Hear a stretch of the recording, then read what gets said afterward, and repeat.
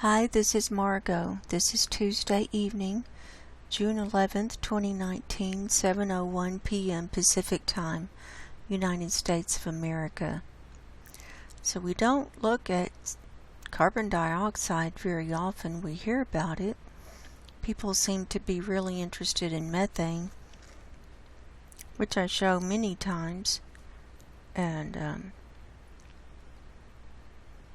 carbon dioxide is the first greenhouse gas that people were talking about to cause global warming and the end of life on the planet. So here it is from yesterday, from Monday, June the 10th on CAMS for the global view and total column. And the latest reading, I think we were above 415 parts per million.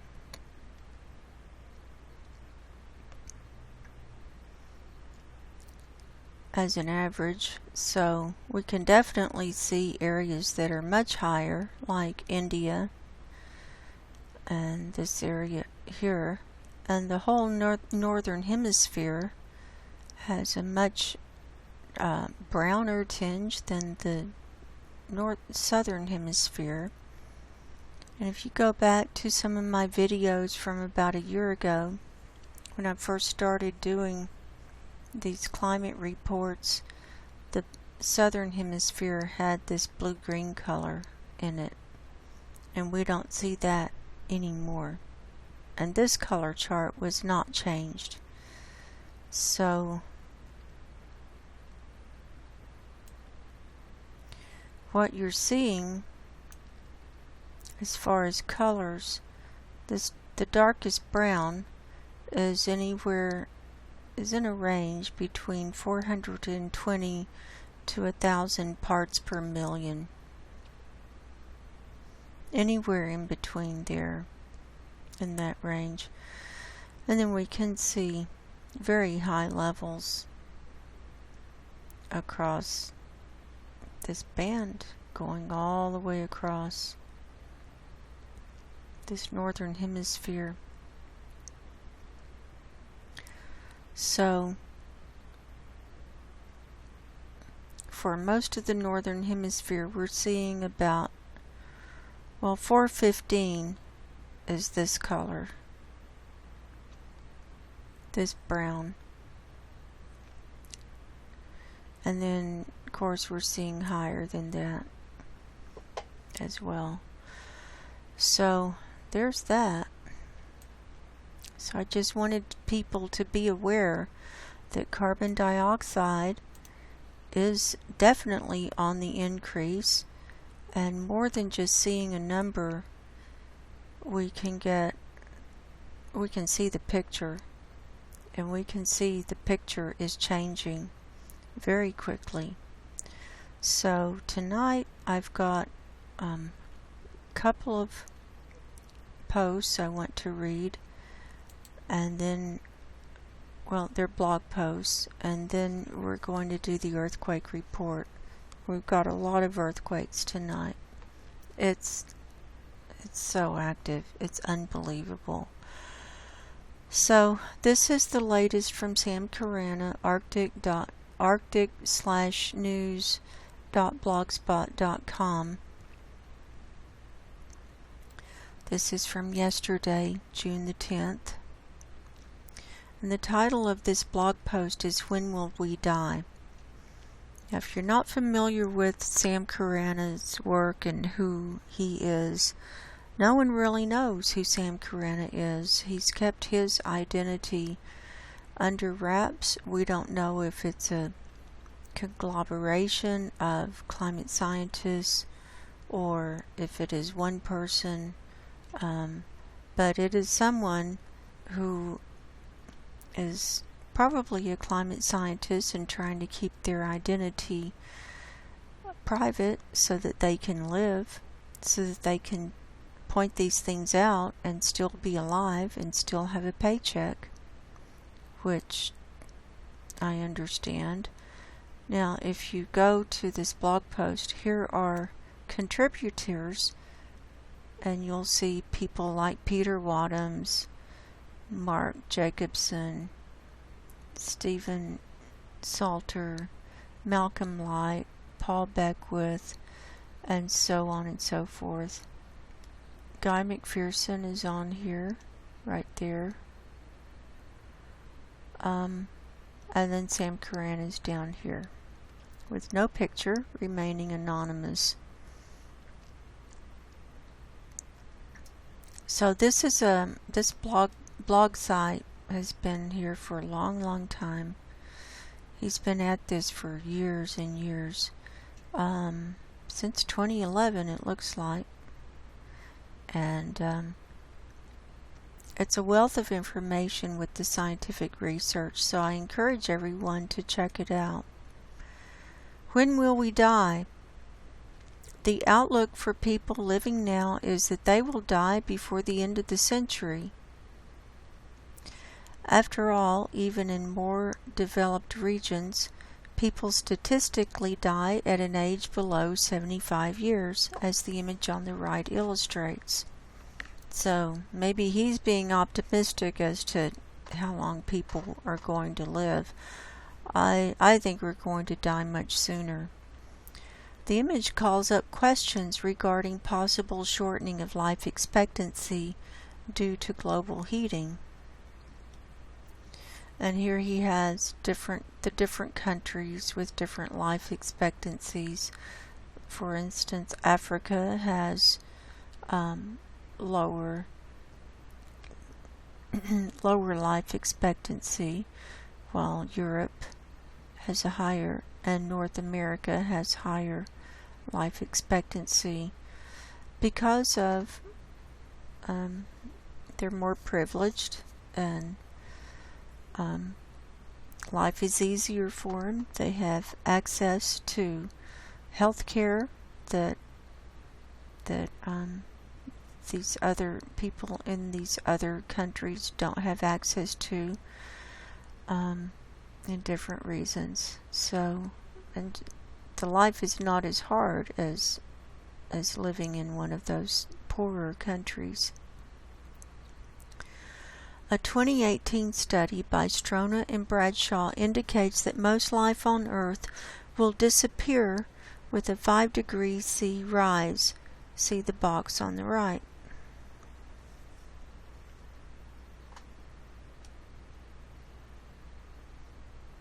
There's that. The first question, therefore, is whether and how fast such a rise could eventuate. And I'm really glad he did this post, but because everybody's saying, when's it going to happen? How long do we have? So this is his way of putting all the evidence together for us. But we still don't know. No one knows exactly when.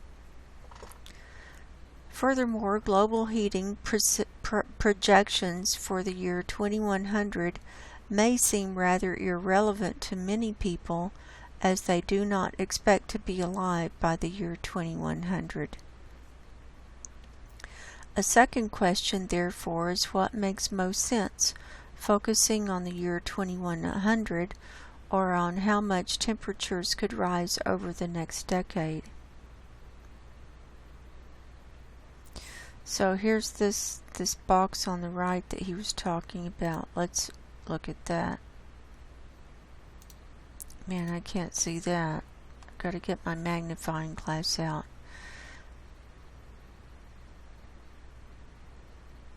This is, I think we've read this before.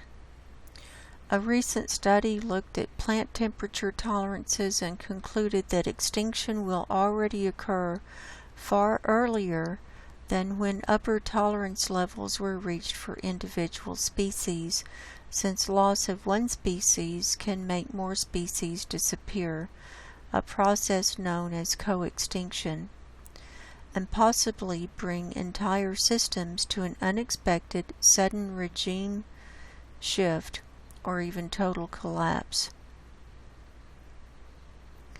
There was a small group of species with large tolerance limits and remarkable resistance to environmental change, but even they could not survive co-extinctions.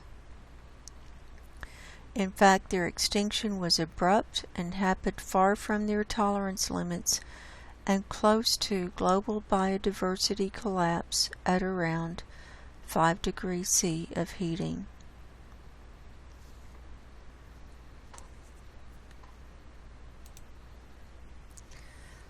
So here he's going to go through all the tipping points. Clouds tipping point. A recent study points at a tipping point of 1,200 parts per million carbon dioxide. That's equivalent, the CO2e. That means the mixture of all the different greenhouse gases to how hot it is equivalent to carbon dioxide. That's the CO2e. That's what that means. When marine stratus clouds start to disappear, resulting in an additional global heating of 8 degrees Celsius or 14.4 degrees Fahrenheit. In other words, such a rise from clouds feedback could clearly suffice to cause extinction of most life on Earth. Could this tipping point be crossed soon? At its high end, the A1F1 scenario used by the IPCC reaches a CO2e level of 1550 parts per million by the year 2100. And I think we posted, there was a discussion about this recently, well, in the last few months, and I think at that point we were at about 600 CO2e.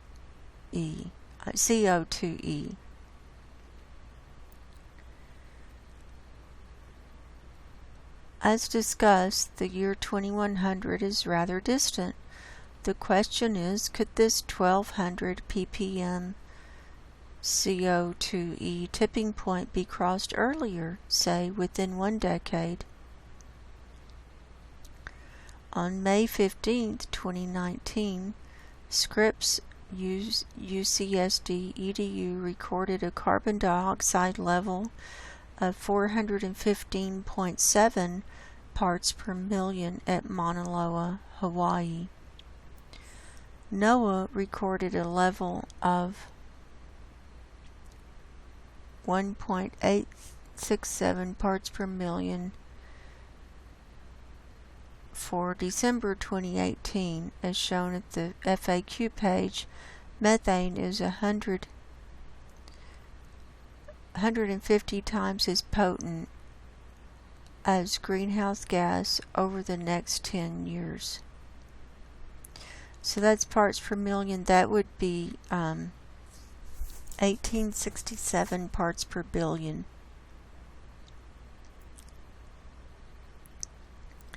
Compared to carbon dioxide, accordingly, this 1867 or 1.867 ppm of methane causes global heating of 280.05 ppm of CO2e.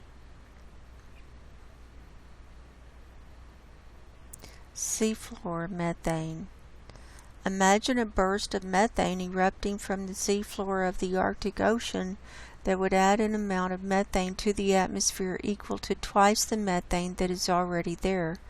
Twice the 1.867 ppm of methane is 3.734 ppm, which at 150 times the potency of carbon dioxide translates into a CO2 equivalent of 560.1 ppm. Adding this to the current levels of carbon dioxide and methane results in a level of 1255.85 ppm CO2 equivalent, well exceeding the 1200 ppm CO2 equivalent tipping point, and thus triggering the extra 8 degrees C rise. So here he lists all the different tipping points. So here's CO2 as of May 15th, methane December 2018. Here's when the methane hydrate burst, and he's expecting it to go, and then the tipping point will be here when carbon dioxide equivalent will be at 1200.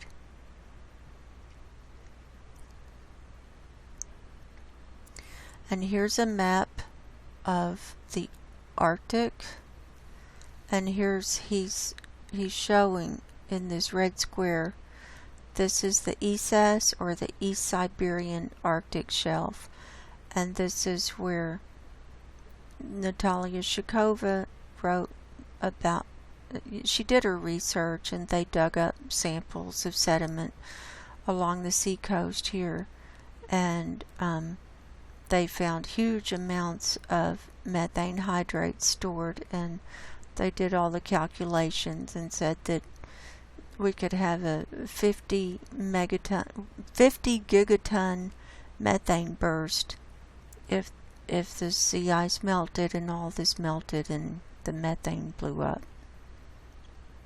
But there's more. I mean, it's not just here. We have methane all over the place, and right now we have continuous releasing here in the Kara Sea that we've been seeing for months on end, and it's highly radioactive there because of the sunken nuclear submarines, and well, we know of one at least, and the spent nuclear fuel reactor rods and all the debris and stuff from the nuclear tests that they did on Novaya Zemlya during the Cold War. This is a military outpost for Russia. This whole island still is.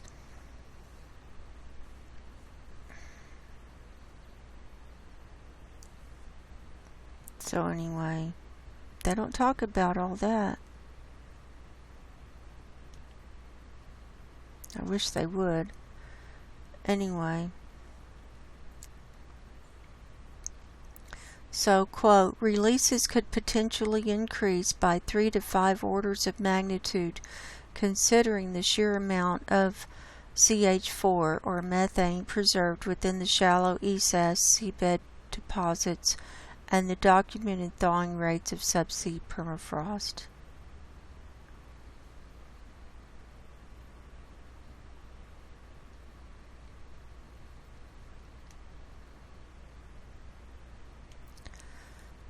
Now he moves on to the koala bear has been declared functionally extinct.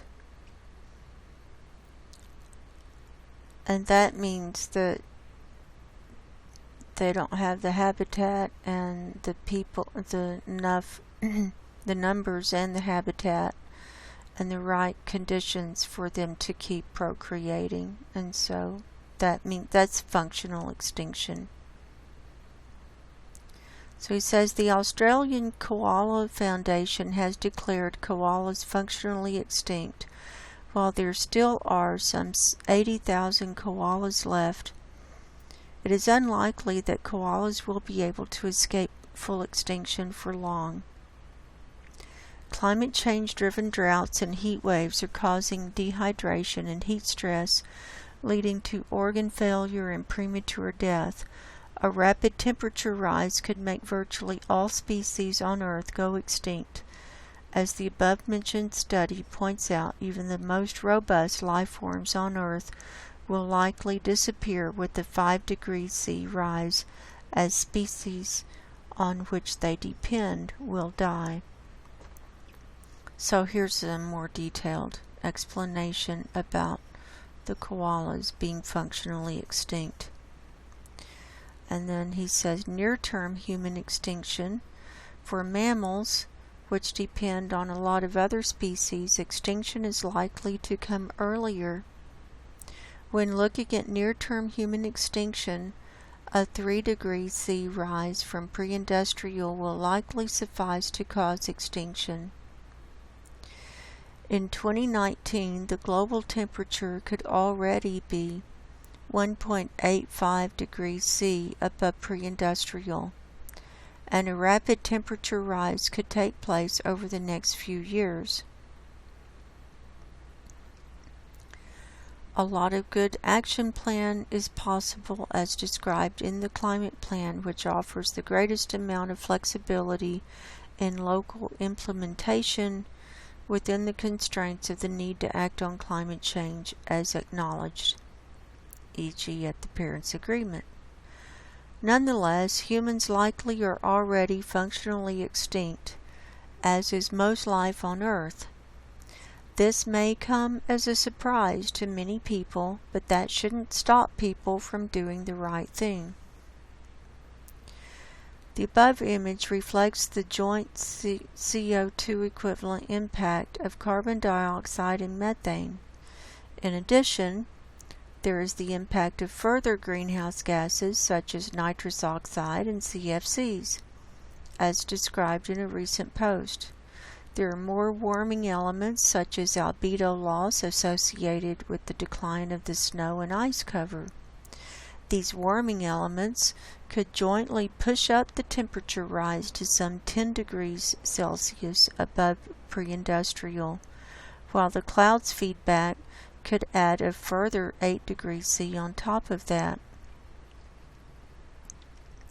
Sulfates do have a cooling effect, but this effect may fall away as society grinds to a halt and stops co-emitting sulfates alongside other emissions in the process of burning fuel, as Guy McPherson has pointed out repeatedly and also in this recent post. In the video below, recorded at the University of Alaska Fairbanks on April 4th, 2019, Guy McPherson explains how loss of habitat can lead to extinction of species and how global heating can lead to extinction of virtually all life on Earth. So, people can come here and play that video. I've seen it. It was very good. Added below is a video edited by Tim Bob of Guy McPherson talking in Juneau, Alaska, and talking about facing functional extinction. I've seen that one too, and it's very good.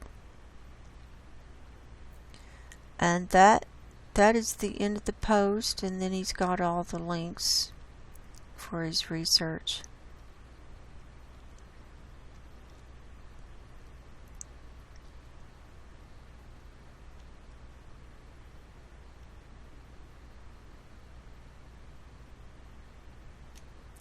So,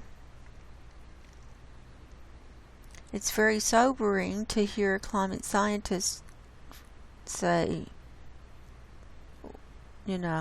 we're done. And it just depends on how things go and how fast the dominoes go, like in the video. And it only takes one thing to set off everything else once everything is all lined up, for everything to go very quickly. So that's why I say this summer we're going to see a lot of tipping points. A lot of tipping points. So there's that. And next, this is kind of a long blog post from Robin Westenra, but I wanted to go ahead and share it so people could look at it. He does a climate roundup about every week or so World Climate and Extreme Weather Report, and so this is from yesterday. And all you have to do is read the headlines. And so I thought we'd just cover a few of these. And then he puts the link to the video, to the articles, and he did a video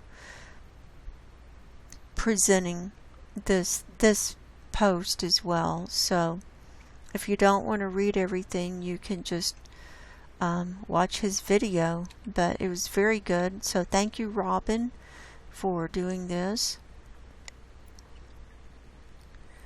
Arctic death spiral speeds up sixfold, driving coastal permafrost collapse. Now this is a very good article. The Arctic just saw its hottest May on record. Look at this big crack. Now this is, where is this?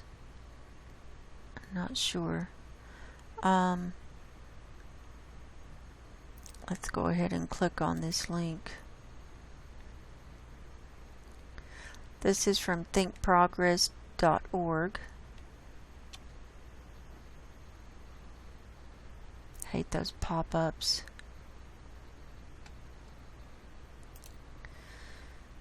Scientists led by the University of Edinburgh used drone-mounted cameras to study erosion of permafrost coastline in the Canadian Arctic. So this is permafrost that's melting on the coast, and it's when the permafrost melts, it's not like you can do anything with that land because it's very toxic, and you can't even walk on it because there's so much methane coming up. You basically you can pass out. You could die. You could get asphyxiated from all the methane coming up. So the drone surveys have revealed erosion of coastal permafrost in the Arctic up to 3 feet a day. Researchers reported Friday that the recent rate of erosion is 6 times higher than the historical record. Let's see when this was from yesterday. Meanwhile, the Arctic just saw the hottest May on record, with temperatures in northwest Russia hitting a remarkable 84 degrees Fahrenheit, or 29 degrees Celsius.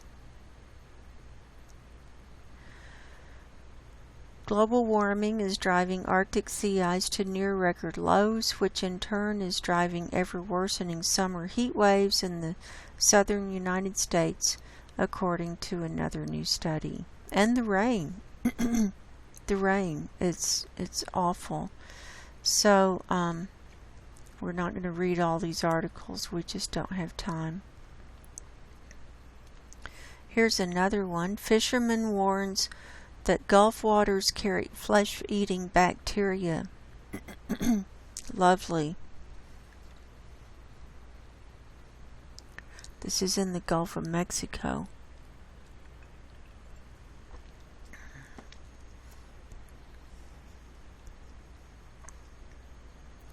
As heavy rain floods shopping center, musicians play Titanic theme. Look at that.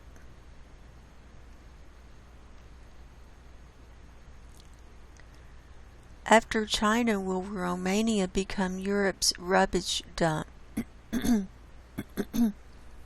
Yeah, Europe doesn't have room for all their trash, so they've been shipping it to China, but now they're going to start sending it to Romania.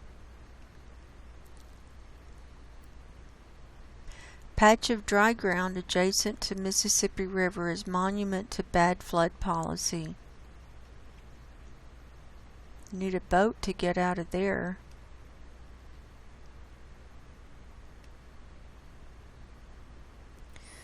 Well, I'm not going to do political posts.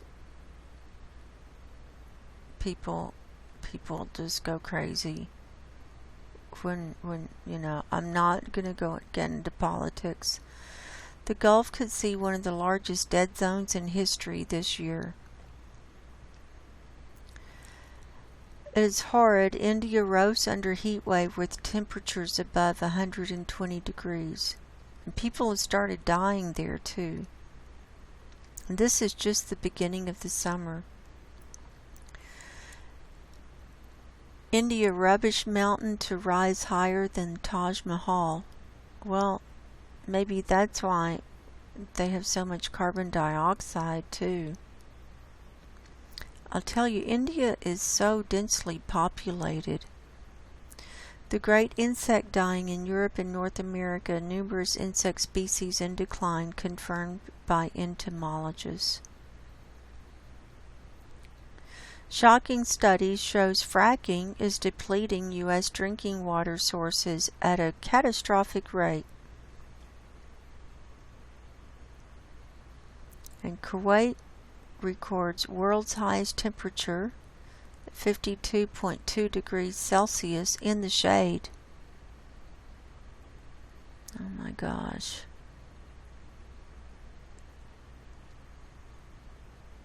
UK weather, June expected to be wettest on record, and they have potential floods coming. Met Office issues danger to life warning over flooding as month's rain set to fall in 6 hours. That's at the UK. Bhopal bakes in hottest June day ever at 46 degrees Celsius. Millions threatened by massive wildfire in Arizona. I mean, this is all right now.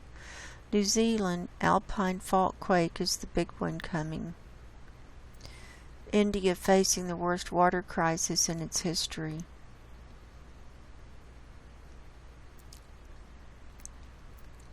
India weather, temperature passes 50 degrees Celsius in northern India.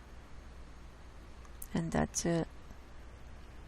So all you have to do is read the headlines from Robin's blog post, which he puts together, once a week or every 10 days or whenever he feels so inclined. And you get the idea. We're functionally extinct and we're going down very quickly, very, very quickly. So now, let's move into the next part of the show. I'm still tracking Oroville, and we've got a bunch of earthquakes up in Northern California that I'm a little concerned about. Okay, so what happened was they've decreased the outflow at the Hyatt power plant. And so it got down the lowest lake level. The lowest reading was last night at 10 p.m. Pacific time. It was 893.27. We can go there.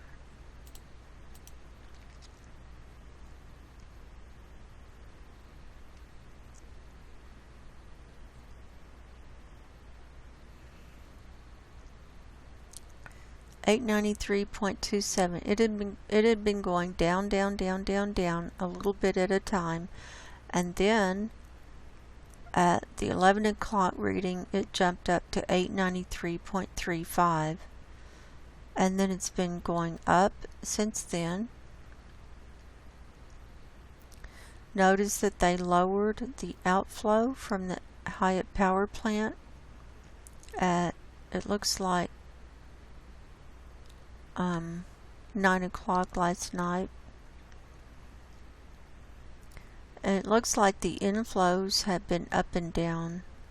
Sometimes the highest inflows are at night after the snow is melted. There's still snow's melting. We still have a lot of snow to melt. And so the snow melts and it has to come down all the rivers and tributaries to gather in the lake. And so we can see that since 8 o'clock this morning, it's been holding at 893.41.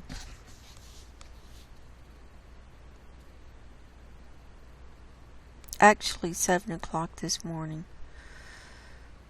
So that's what it is right now, 893.41. The top of the emergency spillway is 902 feet. So we're still about 8 feet from the top. And they put the sandbags out on the spillway, and they're still working.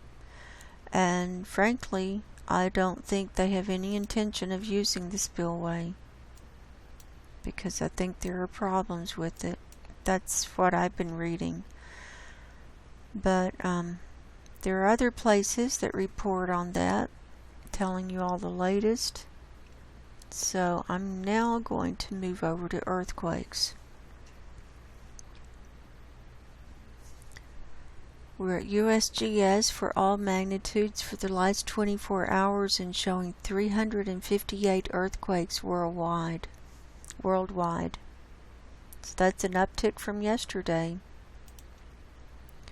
Of those, we have 31 that are 2.5 magnitude or higher.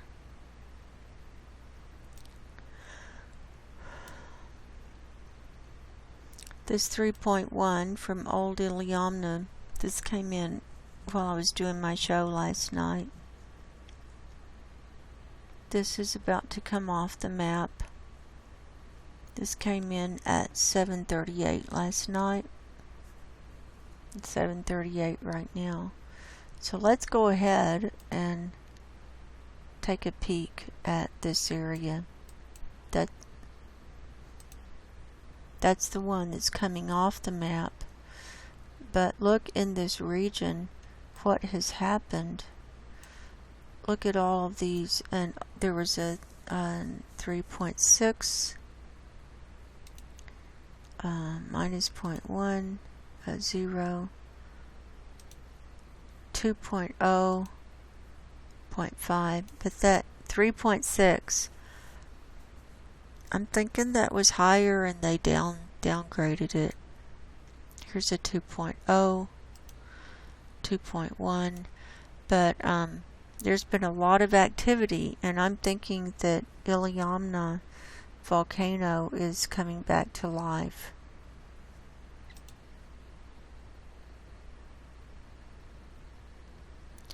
So that one, okay, so we got that one. Then this one in Chile, that was at 10 o'clock last night, so we can start wherever we want.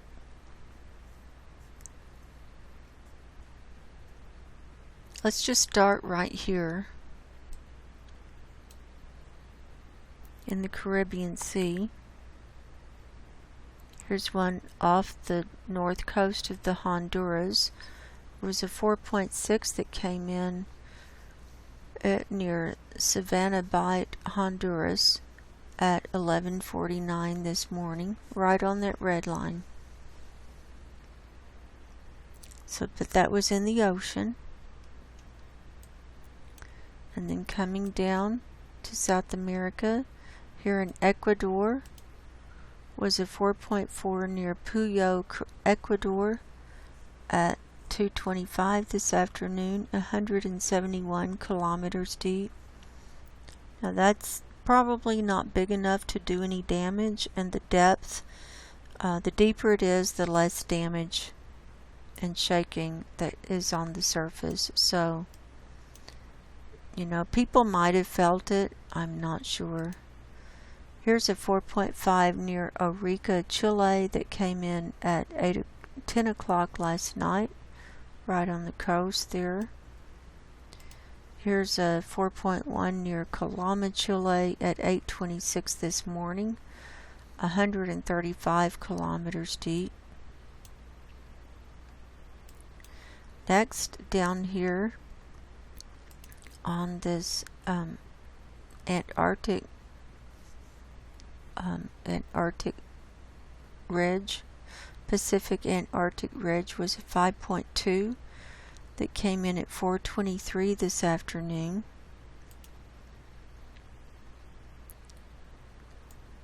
So that's an Antarctic earthquake. Next, 4.7 near Raoul Island, New Zealand. This is in the Kermadec region. This came in at 10:55 last night. Fairly deep, 213 kilometers deep. Then there was a 5.2 near Ohonua, Tonga, right at midnight. All these times I'm telling you are Pacific time, because that's my time zone. Here in Indonesia is a 4.6 near Barat Daya, Indonesia, at 12:20 this afternoon, 152 kilometers deep. Then over here on Malaysia, on Timor, Kalimantan Timor, Indonesia, sorry. This was a 4.7 near Tarakan, Indonesia at 10:45 last night.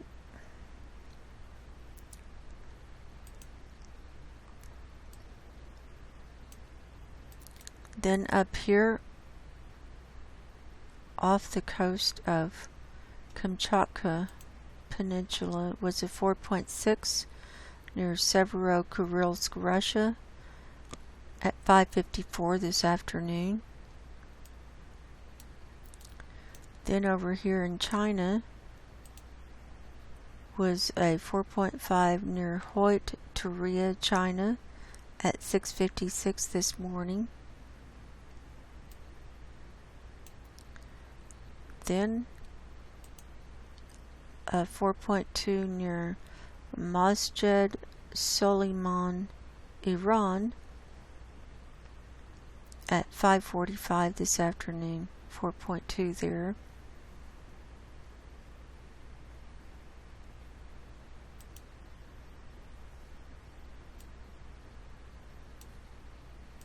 And that's it for the international earthquakes.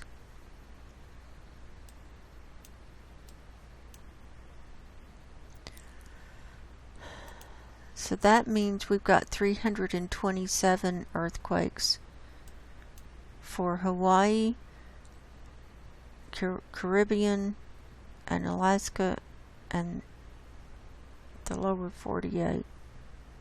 So let's get busy. Here in Hawaii, we've got 10 here today.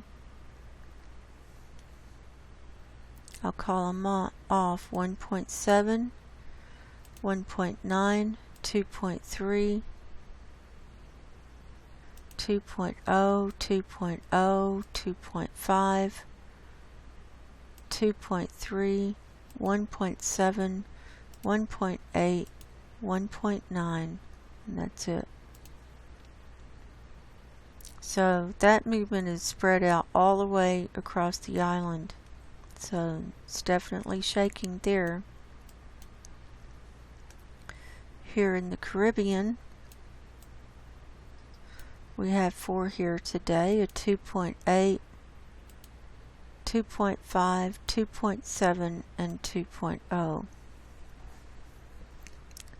So that's calmed down somewhat.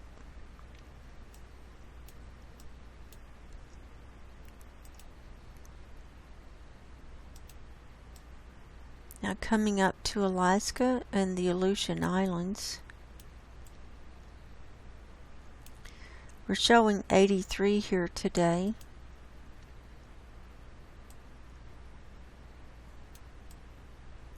And of those, 5 or 2.5 magnitude or higher.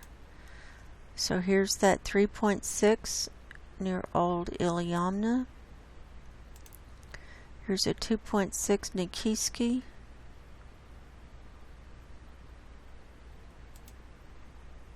there's two here. There's a 2.6 and a 2.5, both at McGrath. They happen at different times. And a 3.3 at Healy. So with that in mind, look at all of these earthquakes. Look at these little tiny ones down here in the Aleutian Islands. These are volcanic islands, and so you've got earthquakes and volcanoes. They kind of go together down here. So we've got a bunch of little ones. Here's a 1.5 Unalaska. Here's a 1.3 Chignik, 2.1 Larsen Bay, and so on and so forth. 0 magnitude at King Salmon. Anyway, so here's that 3.6 near Old Iliamna, 2.0. Here's a minus 0.5. Here's a 2.0, 1.8, 2.1. Now we're getting close to Redoubt Volcano here, but we're seeing a definite uptick all the way through this Cook Inlet. Now here's the Anchorage region. So in this Anchorage area, including this mountain range through 57 here. Here's a 2.2 Big Lake, that's considered Anchorage, and a 1.1, and so forth. So some of these are pretty good size. 2.3 at Willow. So a lot of 2s. A lot of 2s, and so we're seeing the movement spread up through the state. Here's Kobuk. We're seeing 10 here today. And up here in northern Alaska, we're seeing 5. Near Koktovik and Arctic Village. So now let's move into the lower 48. And including Baja, and we've got 248.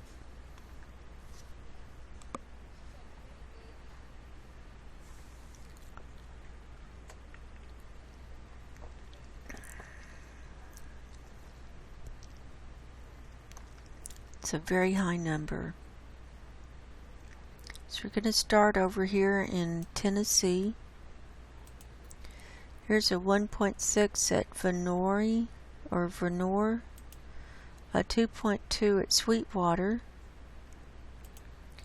Here's a 2.4 at Scottsboro, Alabama. And here's a 1.4 at Ridgely, Tennessee.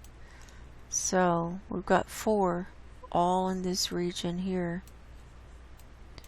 And this one at Ridgely is in the New Madrid hazard zone. Now coming straight across to Oklahoma, we've got 10 here today. So I'm going to call them off at 0.2 at Pawnee, 0.8 Stillwater, 1.8 Medford, 2.2 Medford, 2.1 Stroud, 1.5 Perry, 1.4 Perry, 2.1 Hennessy, 2.0 Lindsay, and a 2.1 Hennessy. So there you go. They've been drilling, making holes in the earth. And then stuff is going to come up. Here it's in Utah. We've got 1.0 at Morgan, 0.8 near Salt Lake City, and a 0.8 near Malad City. And then up in the Yellowstone area,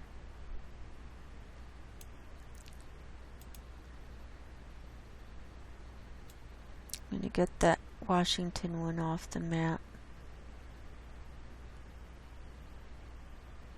We got that one, right? Malad City.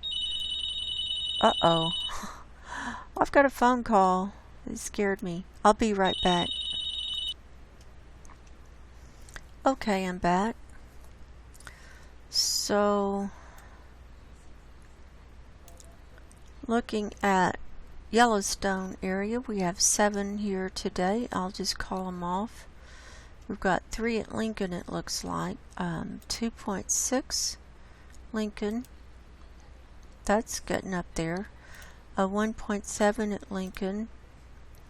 Here's a 1.5 at Lincoln.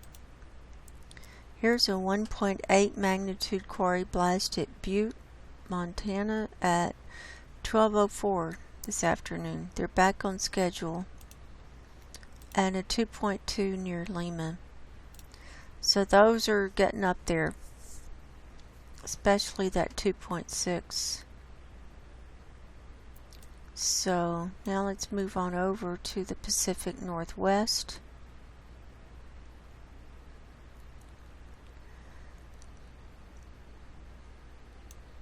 And so we've got Washington. We'll be able to get Washington and Oregon now. So we got a lot of activity here. We have 14 here today. And remember the tremors map? Well, here it is from yesterday. They're a day behind on getting their stuff up. But I'm thinking the tremors happen and then the earthquakes happen like a day or two later. But remember, it was all clustering up here. And now yesterday, they're only showing 9 tremors on the whole map of this Pacific Northwest, including Northern California. But look where it is. It's right up here.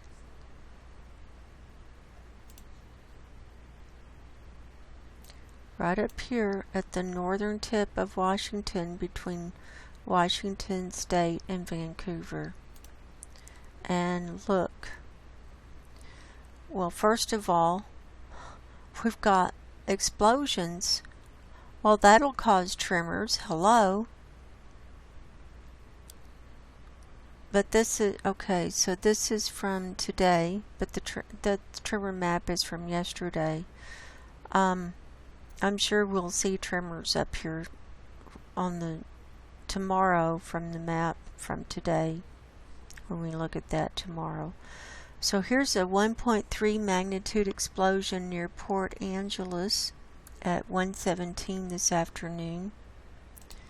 Here's a 1.5 magnitude explosion near Granite Falls at 2:36 this afternoon. And here's a 2.2 magnitude explosion near Meade over on the east side of the state at 10:09 this morning. And then another explosion, 1.3 magnitude near Eatonville at 2:39 this afternoon. And a 1.5 magnitude explosion near Lebanon, Oregon at 2:10 this afternoon. And how could I miss that one? A 1.3 magnitude explosion at Langford, Canada at 12:21 this afternoon. 1, 2, 3, 4, 5 explosions.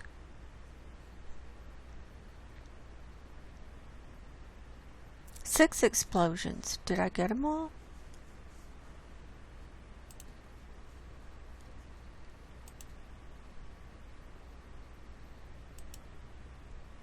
Yeah.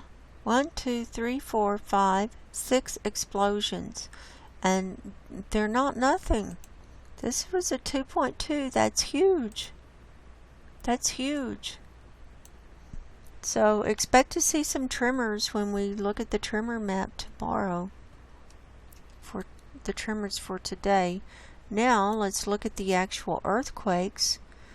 Look, these are right at the top of Mount St. Helens. There's the cone. That's an uptick. And then here's two on the flank. And then here's one to the west of Mount St. Helens. So all of these are in the Mount St. Helens area, and there are 8 here. So I'm going to call them off. 1.5, they're calling it near Woodland. Here's a 0.8, Morton. 0.3, Morton. 0.4, Morton. 0.7, Amboy. That's Mount St. Helens. 0.6, Amboy. 0.5, Amboy. 0.4, Amboy. So even though they're small, it's showing activity. And Mount St. Helens is a huge volcano, and it blew up in 1980. Look, another explosion. Oh my gosh. Here's a 1.5 magnitude explosion near Lebanon, Oregon.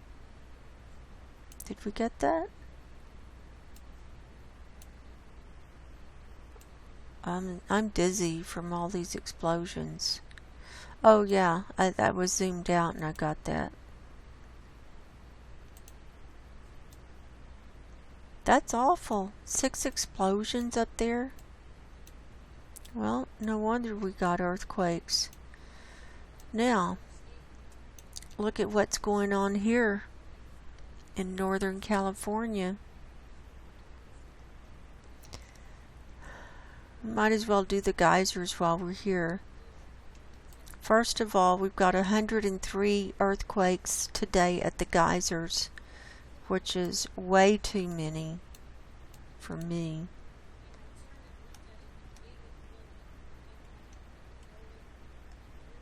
And the largest one was a 4.1. So it's getting higher, and it's not too far from this Clear Lake. That's another reservoir. Everything's full. The rivers are full, the lakes are full, the reservoirs are full. So at the geysers they had 133, and they're still coming in. So they had a 4.1.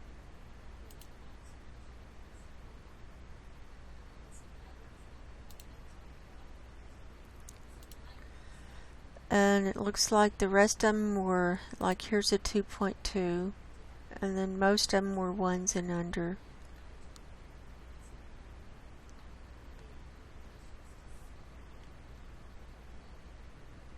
Here's another 2.2.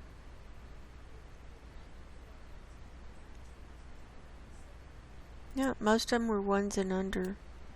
But that's a lot. That's a lot.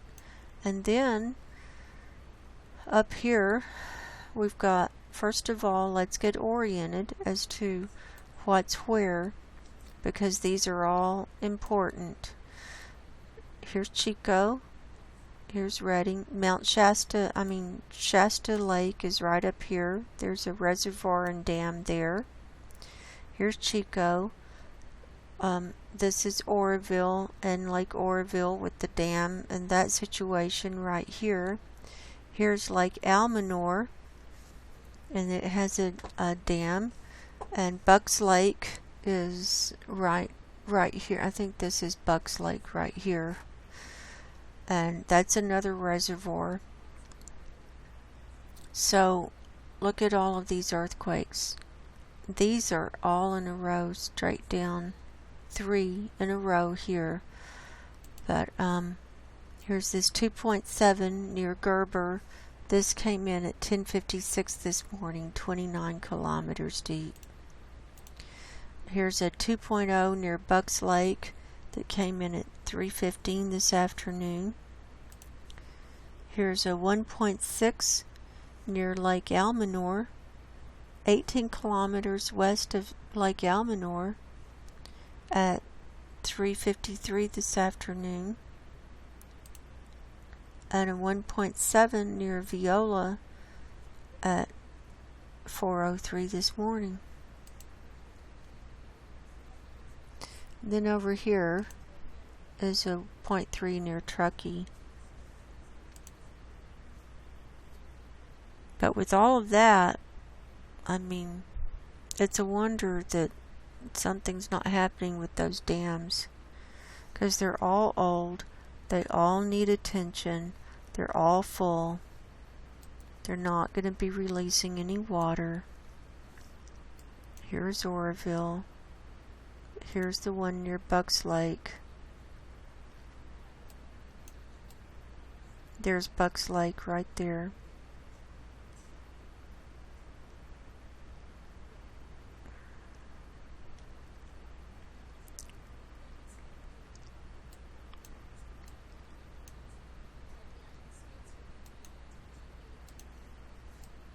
Here's Lake Almanor, and here's this 1.6 just to the west of it. The dam is down here, Canyon Dam. This has huge amount of water in there. And then here's this 1.7 just to the northwest of Lake Almanor, and also near Lassen Volcano. And then this 2.7 near Gerber in Red Bluff. And we've seen some here before. They took them off the map before it was time to do my show. So I've learned to take screenshots of these when I see them. So now let's move on into Reno. Here's a 0.6 in near Mount Rose. Here's the top of Mount Rose, so that's in the Mount Rose hiking area. And here's another explosion. Here's a 1.7 magnitude explosion, 13 kilometers southeast of Sparks.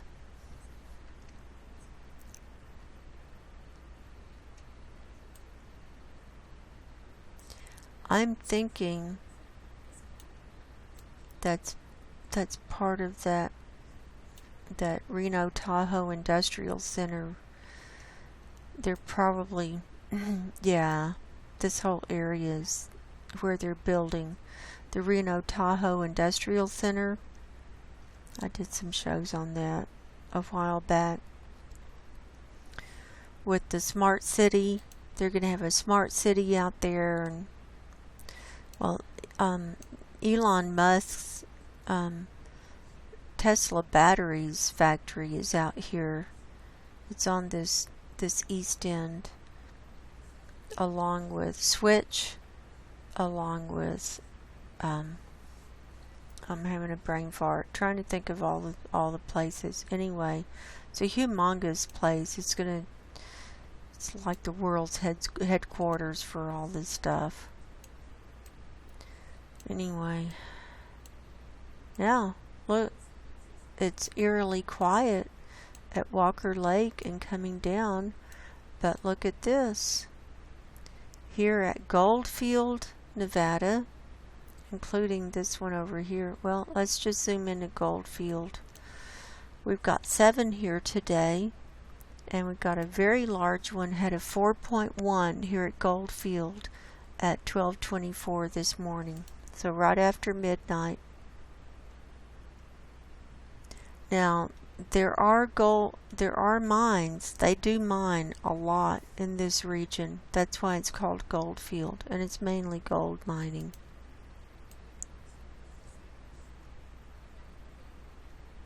So, here's another explosion, 1.2 magnitude near Tonopah. Nothing at Alamo. And that's it.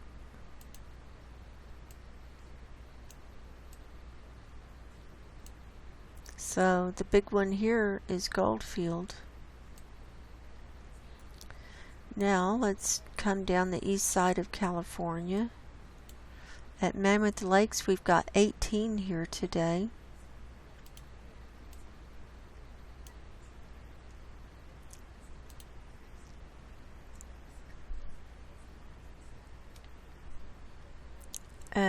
these are small. These are all under 1. Well, except for the, no, sorry. We've got a 1.1, a 1.4, and a 1.1, and those are the highest ones, I think. Oh, 1.9, that's the highest one. And then the rest of them are under 1.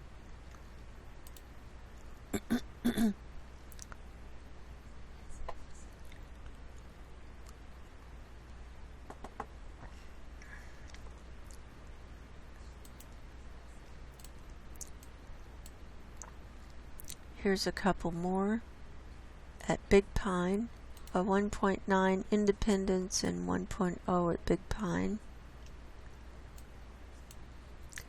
And here's the Coso Junction area.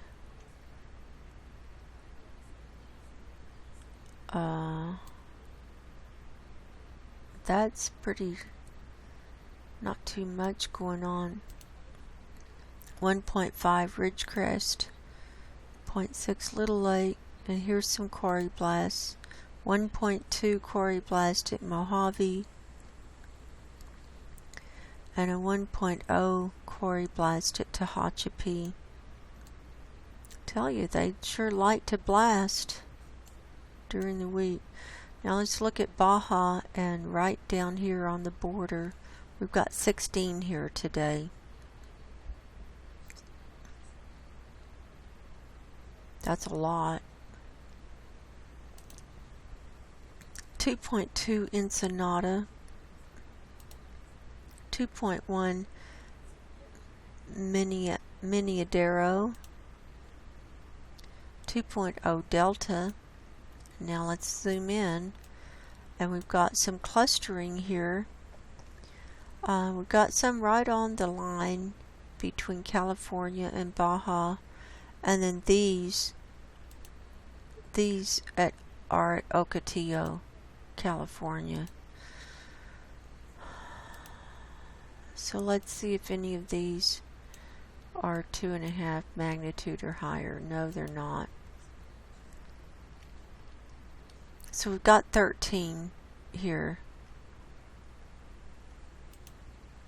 Here's a 2.4 at Ocotillo. 1.7. I'm just going to call off some of the higher ones. 1.8, 1.9. Man, I don't know. This is crazy. 1.4 Progresso.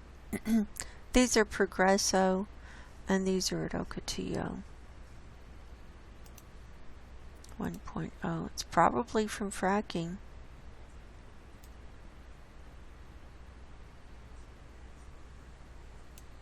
It's a whole bunch. Now let's look at Southern California. Let's see if we can get... We've got almost all of Baja on the map. I mean the Baja earthquakes. Okay, including the Baja earthquakes, we've got 51 earthquakes here today. So we already covered a bunch of them down here. Well, if we count these quarry blasts, there's 53. So let's zoom in. Here's a cluster at Borrega Springs. There's 11 around here at Borrega Springs. I'm telling you, the earth is springing leaks. Something's gonna blow. That's what I think. Here's Glen Avon. This number has gone way down. We're only seeing 11 in this area today, and they're small.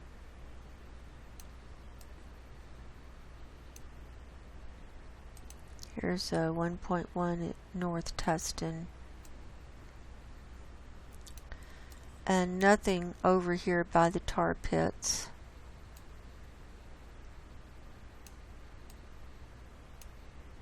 So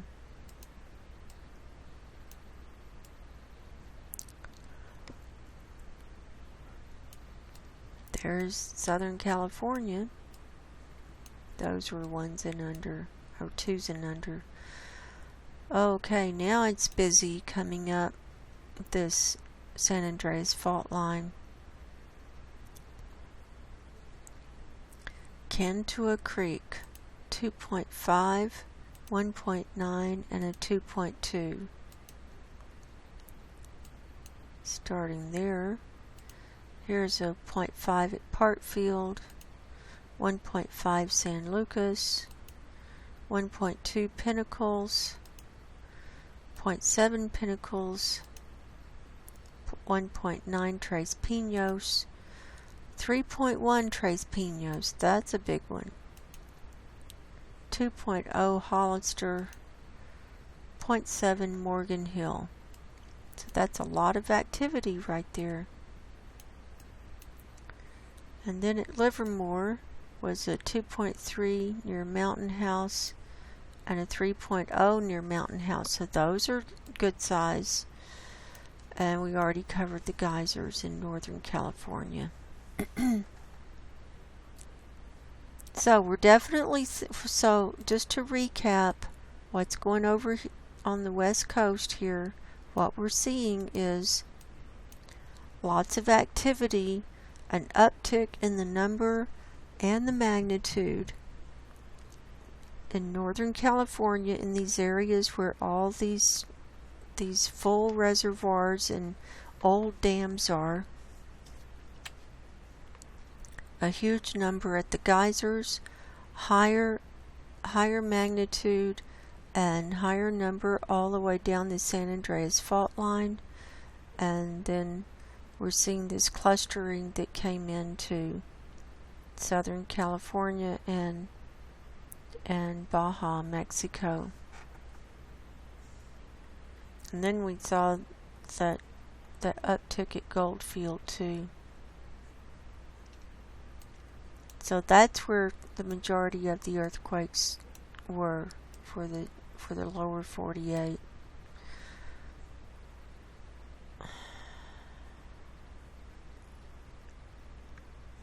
So let's zoom out and see if anything else came in that we need to look at.